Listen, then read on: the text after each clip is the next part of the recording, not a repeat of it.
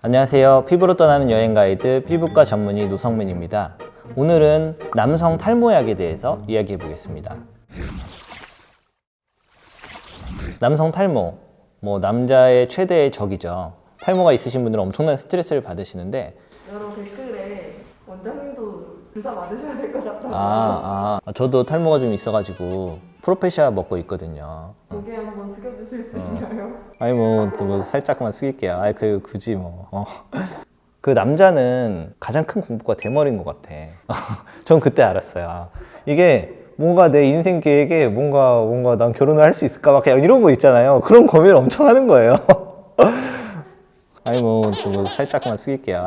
굳이 그래서 이러한 그 탈모를 막아주는 약에 대해서 부작용, 특히 이제 성기능 관련해서 부작용, 발기가 부전된다던가 이러한 것들에 대한 공포가 많으셔가지고 오늘 이 내용에 대해서 한번 영상을 만들어 보았습니다. 이제 보통 탈모는 저희가 유전적이라고 하는데 저희가 보통 탈모를 일으키는 그 호르몬이 있어요. 그 DHT라는 호르몬인데요. 이게 보통 남성 호르몬 테스토스테론이 두피에서 그 5알파 리덕테이즈, 5알파 환원 요소라는 거에 의해서 DHT로 변하게 됩니다.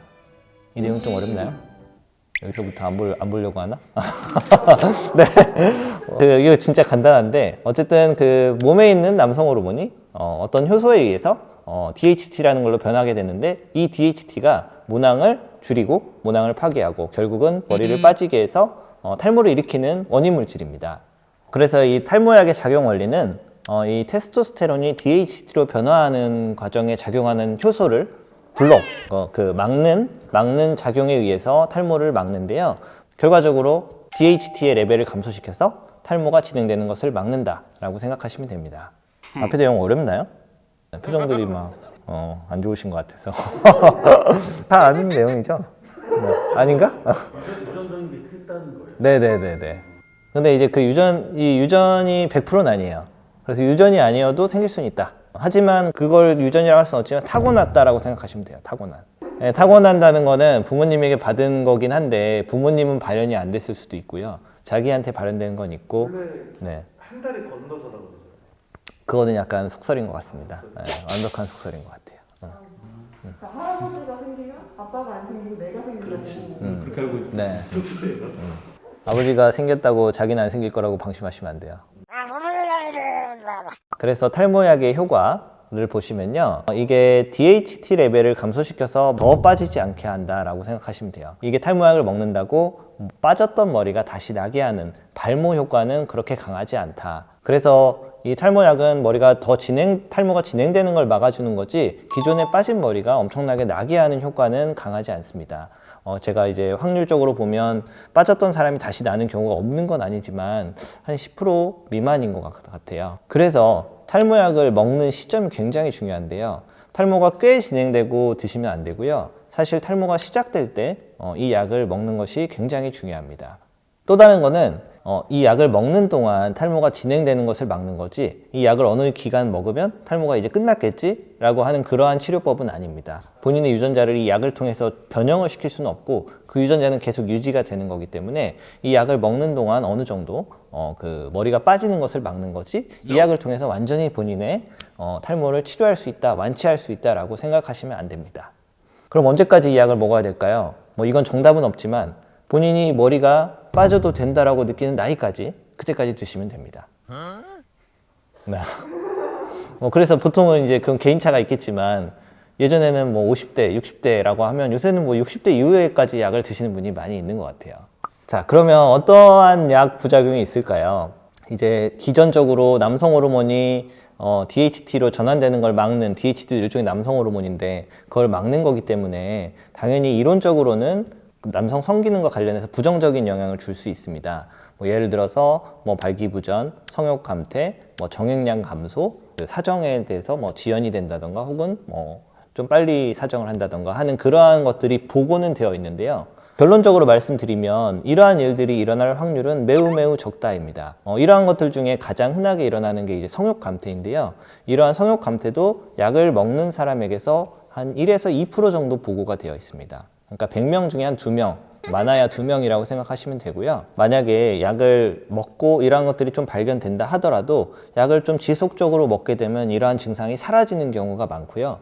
만에 하나 예를 들어 뭐 발기부전이라든가 이런 게 생겼다. 그러한 경우에는 약을 끊게 되면 다시 다 기능이 돌아오기 때문에 이러한 걱정을 하실 필요는 없습니다. 또 하나는 이제 임신을 하려고 하는데 이 약을 어떻게 해야 되나, 이 약을 먹어도 되나 이러한 질문들을 많이 하시는데요. 당연히 이 약은 남성 탈모약이기 때문에 여성은 절대로 드시면 안 됩니다. 특히 가임기 여성은 임신한 상황에서 이 약을 먹었을 때 기형을 유발할 수 있기 때문에 절대 드시면 안 되고요. 또 그래서 이 약을 여자들은 만지거나 뭐 흡입하거나 이러면 안 된다고 다 얘기를 하죠. 뭐 예전에는 그 전립선 비대증 약이 똑같은 약이어서 쪼개 먹다가 가루가 날리고 이런 경우가 있었는데 어쨌든 이 약을 만지거나 이러시면 안 됩니다. 이 약을 먹고 아기를 임신해도 되냐? 이게 이제 또 많이 하시는 질문인데요. 이게 보통 본인의 몸에 들어가서 정액을 통해서 자기 와이프에게 들어갈 확률은 거의 없다고 보시면 됩니다. 예전에 이제 어떤 논문을 보면 이 약을 매일 먹는 사람의 정액량에서 이 프로페시아라는 그 약의 농도를 측정했는데 엄청 극미량이 발견돼서 이것이 여성 몸에 들어가서 영향을 줄 확률은 거의 없다. 이 약을 먹는 동안에 임신을 하더라도 태아에 영향을 줄 확률은 거의 없다라고 생각하시면 되고요. 또 하나는 이 약이 본인의 이제 정자의 모양이라든가 운동성 그리고 정자의 농도에 영향을 주지는 않고 정액량은 좀 감소시킬 수 있습니다. 남자로서 가입 능력이 좀 떨어진다던가 하는 그러한 보고는 거의 없기 때문에 이러한 면에서 걱정을 하지 않으셔도 되는데요. 정말 좀 신경이 쓰이시면 뭔가 아기를 가지려고 할 때 약간 심리적 안정이긴 한데 약을 한 1, 2주 정도 전에 끊으시면 될 것 같습니다. 그럼 지금의 그 머리 상태가 네. 그 대학교 처음 빠졌을 거의 차이가 없습니다. 조금 더 좋아졌어요. 사실 전 다른 치료를 해가지고 결론은 그렇습니다. 성욕 감퇴는 좀 있는 것 같아요. 저도 아예 없는 것 같지는 않아요. 근데 이게 나이 때문인지 이거 약 때문인지 모르겠어요. 다들 약 때문이라고 핑계 대는 것 같아. 근데 어쨌든 학술적으로는 2%입니다. 부정하는 건 아니에요. 본인이 그렇다고 하면 그런 거겠지. 그거 아닙니다라고 제가 뭐 본인이 약간 2%에 들어갈지 어떻게 알아요?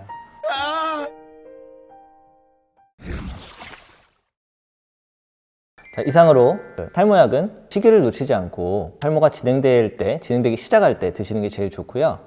걱정하시는 성기능 부작용, 성욕 감퇴가 가장 흔하지만 그것도 2% 정도밖에 보고가 되지 않고 혹시 생기더라도 약을 끊거나 하면 돌아오기 때문에 걱정하실 필요는 없고요. 당연히 여성은 이 약을 드시면 안 되지만 남성이 이 약을 먹었을 때 와이프가 임신을 하더라도 그걸 통해서 태아에 영향을 줄 확률은 극히 드물기 때문에 크게 걱정하실 필요는 없습니다. 오늘 내용 도움되셨으면 좋아요, 구독 눌러주시고요. 저는 다음에 다른 내용으로 찾아오겠습니다. 궁금한 부분 있으면 댓글 달아주시고 많은 시청 바랍니다.